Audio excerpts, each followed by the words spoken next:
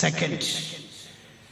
മൂത്രമൊഴിച്ചുകൊണ്ടിരിക്കുന്ന ആൾ ഓടിക്കാൻ ശ്രമിച്ചാൽ അയാൾ പിടിച്ചു വെച്ചിട്ട് പിന്നൊഴിക്കാൻ ബാക്കി എന്ന് വിചാരിക്കും. അയാൾക്ക് മരണം വരെ മൂത്രസംബന്ധിയായ അസുഖത്തിന് സാധ്യത ഉണ്ട്.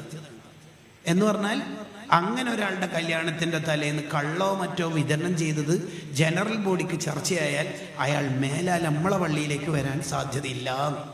യെസ്.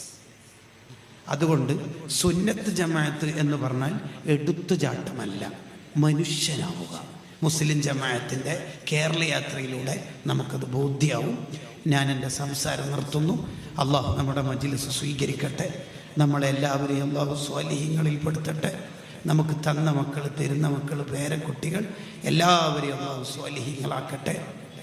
ദുആക്ക് മുമ്പ് നമുക്ക് പുറത്തുണ്ട്, ഉദ്ഘാടന പ്രഭാഷണമുണ്ട്. എല്ലാം കഴിഞ്ഞിട്ടാണ് നമ്മളൊക്കെ പിരിഞ്ഞു പോകേണ്ടത്.